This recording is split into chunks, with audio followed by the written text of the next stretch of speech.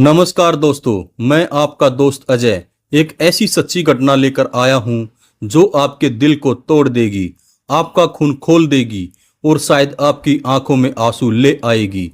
ये कोई फिल्म की स्क्रिप्ट नहीं बल्कि हकीकत है। एक ऐसी हकीकत जो हमारे समाज के उस काले चेहरे को बेनकाब करती है जिसे हम अक्सर नजरअंदाज कर देते हैं। पश्चिमी बंगाल, दुर्गापुर, 11 अक्टूबर 2025 की वो काली रात। एक 20 साल की मासूम लड़की जो अपने माँ बाप की उम्मीद थी, जो डॉक्टर बनने का सपना देख रही थी, उसका वो सपना कुछ हैवानों ने कुचल दिया। गैंगरेप, हाँ आपने सही सुना, सामूहिक बलात्कार। एक एमबीबीएस स्टूडेंट जो अपने गांव की शान थी, वो रात के अंधेरे में टूट गई। लेकिन सवाल ये है, क्या वो हार मानेगी?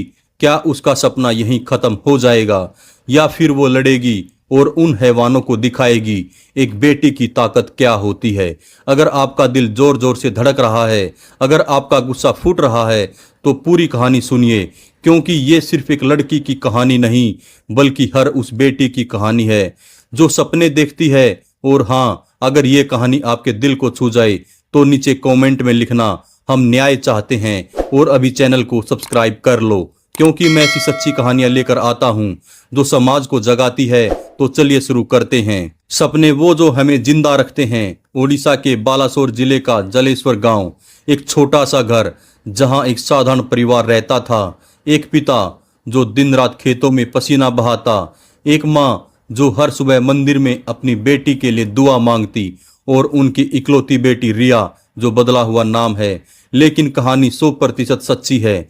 20 साल की रिया, एमबीबीएस की दूसरी साल की स्टूडेंट, वो लड़की जिसके लिए पढ़ाई ही सब कुछ है। स्कूल में हमेशा टॉपर, गांव की शान। पिता ने खेत बेचे, कर्ज लिया ताकि रिया को पश्चिमी बंगाल के एक नामी प्राइवेट मेडिकल कॉलेज में दाखिला मिले। बेटी तू डॉक्टर बनेगी, हमारे गांव की हर बेटी को तू बचाएगी, पिता ने कहा। रिया ने हंसते हुए जवाब दिया, मैं हारी नहीं, मैं बनूंगी डॉक्टर। लेकिन क्या पता था वो वादा, जो सपना एक रात में चकनाचूर होने वाला था। दोस्तों, अब वो मोड़ आता है जहां ये कहानी एक खतरनाक रास्ते पर मुड़ जाती है। दुर्गापुर, पश्चिमी बंगाल का एक जाना माना शहर, बड़े बड़े कॉलेज, मेडिकल इंस्टीट्यूट। रिया यहाँ आई थी अपने सपनों को पंख देने। कॉलेज लाइफ शुरू हुई, किताबें, लेक्चर, दोस्ती। रिया का एक दोस्त था राहुल, उसका सहपाठी। दोनों अच्छे दोस्त थे, बस दोस्त। कभी कैंटीन में चाय, कभी लाइब्रेरी में स्टडी। रिया अपनी माँ को फोन करती, माँ सब ठीक है, कॉलेज अच्छा है, मैं जल्द डॉक्टर बनूंगी। लेकिन कॉलेज का कैंपस वो कितना सुरक्षित था। रात को लड़कियों को बाहर न निकलने की सलाह दी जाती थी। सिक्योरिटी बस नाम की, गेट पर गार्ड्स आधे सो रहे थे, सीसीटीवी ज्यादातर खराब। और फिर वो रात आई, 11 अक्टूबर 2025 शुक्रवार रात के 10 बजे। रिया और राहुल ने सोचा, चलो बाहर डिनर करते हैं। कॉलेज गेट से बाहर निकले।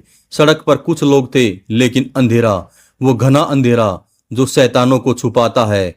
अचानक कुछ लोग आए, 4-5 शायद ज्यादा, चेहरों पर नकाब, दिलों में हैवानियत। उन्होंने राहुल को पकड़ा, उसे बुरी तरह पीटा। रिया चीखी, छोड़ दो, छोड़ दो, लेकिन कौन सुनता। वो लोग तो इतने हैवान थे, उन्होंने रिया को घेर लिया और फिर गैंगरेप। 20 मिनट, सिर्फ 20 मिनट में एक लड़की का सपना, उसकी जिंदगी, उसका आत्मविश्वास, सब कुछ बर्बाद। रिया का शरीर खून से लथपथ, उसकी आत्मा वो तो टूट चुकी थी।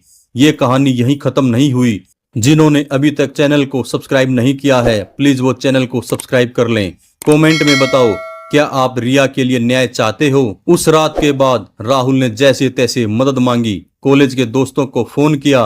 रिया को खून से लथपथ देकर उसके होश उड़ गए। उसे तुरंत अस्पताल ले जाया गया। डॉक्टरों ने कहा फिजिकली तो ठीक हो जाएगी, लेकिन मेंटल ट्रामा वो जिंदगी भर रहेगा। रिया की हालत स्थिर थी, लेकिन उसकी आंखों में वो चमक गायब थी। सुबह होते ही रिया के परिवार को खबर मिली। ओडिशा के जलेश्वर से माँ बाप ट्रेन पकड़ दुर्गापुर पहुंचे। स्टेशन पर उतरे तो पापा के पैर कांप रहे थे। माँ रोते रोते बेहोश हो गई। पुलिस स्टेशन पहुंचे, एफआईआर दर्ज कराई। मेरी बेटी, मेरी रिया, पापा बस यही बोल पाए। अस्पताल में रिया बेड पर थी। जब उसने आंखें खोली तो पहला सवाल, पापा मैं घर कब जाऊंगी? सोचो उस पल को, एक बेटी जो कल तक डॉक्टर बनने की बात करती थी आज टूटी हुई थी। उसके पापा ने उसका हाथ पकड़ा और कहा, बेटी तू हारी नहीं, ये जंग अभी शुरू हुई है। लेकिन क्या इस दर्द से उबर पाएगी? क्या वो फिर से अपने सपनों की ओर बढ़ेगी? दोस्तों, अब वो मोड़ आता है जब ये कहानी सिर्फ दर्द की नहीं बल्कि हिम्मत की बन जाती है। रिया का दर्द सिर्फ उसका नहीं था, ये दर्द पूरे कॉलेज का था। सुबह होते ही मेडिकल कॉलेज के छात्र सड़कों पर उतर आए। सैकड़ों लड़के लड़कियां बैनर लिए स्लोगन्स लगाए, जस्टिस फॉर रिया, कैंपस में सिक्योरिटी दो, हमें न्याय चाहिए। एक लड़की चिल्लाई, अगर आज रिया के साथ हुआ तो कल हमारी बारी है। छात्रों का गुस्सा जायज था। कॉलेज की सिक्योरिटी बस नाम की, गेट पर गार्ड्स आधे सो रहे थे, सीसीटीवी ज्यादातर खराब। पुलिस ने केस दर्ज किया, जांच शुरू हुई, राहुल से पूछताछ हुई, लेकिन वो निर्दोष था। असली आरोपी वो अभी भी फरार थे। पुलिस सीसीटीवी फुटेज, गवाहों के बयान सब खंगाल रही है। लेकिन सवाल ये है, क्या ये हैवान पकड़े जाएंगे? और अगर पकड़े गए तो क्या सजा मिलेगी? क्या रिया को इंसाफ मिलेगा? अस्पताल में रिया लेटी थी। डॉक्टरों ने कहा शारीरिक जख्म ठीक हो रहे हैं, लेकिन उसका मन वो टूटा हुआ था। फिर भी रिया ने हिम्मत दिखाई। एक दिन उसने अपने पापा का हाथ पकड़ा और कहा, पापा मैं हारी नहीं, मैं पढ़ूंगी, मैं डॉक्टर बनूंगी, ये हैवान मुझे रोक नहीं सकते। सोचो उस पल को, एक 20 साल की लड़की जिसके साथ इतना बड़ा हादसा हुआ, वो फिर भी लड़ने को तैयार थी। उधर प्रोटेस्ट बढ़ता गया, मीडिया पहुंचा, उड़ीसा से पश्चिमी बंगाल तक लोग सड़कों पर, सोशल मीडिया पर जस्टिस फॉर रिया ट्रेंड करने लगा। लोग बोलने लगे, बेटियों को सुरक्षित रखो, कैंपस में सिक्योरिटी बढ़ाओ। फास्ट ट्रैक कोर्ट की मांग उठी। पुलिस ने वादा किया आरोपियों को जल्द पकड़ा जाएगा। लेकिन रिया की जंग सिर्फ कोर्ट की नहीं थी, वो अपनी आत्मा की जंग थी।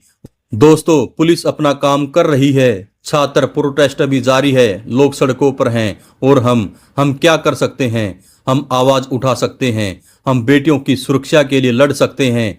क्योंकि अगर आज हम चुप रहे तो कल कोई और रिया इस दर्द से गुजरेगी। दोस्तों, ये थी रिया की कहानी, एक सच्ची कहानी जो दर्द देती है लेकिन हिम्मत भी देती है। मेरा आपसे वादा है, मैं ऐसी सच्ची कहानियां लाता रहूंगा। लेकिन अब आपकी बारी। अगर रिया की हिम्मत ने आपको छुआ तो नीचे लाइक करो, शेयर करो और चैनल को सब्सक्राइब करो। कमेंट में लिखो, रिया तुम हार नहीं सकती। और हाँ, एक मैसेज, हर बेटी एक सपना है, उसे टूटने मत दो। अगर कहीं गलत हो रहा है तो आवाज उठाओ, अपने आसपास की बेटियों को सुरक्षित रखो, क्योंकि इंसाफ सिर्फ कोर्ट में नहीं हमारे दिलों में भी होता है। नमस्कार, धन्यवाद, जय हिंद, जय भारत।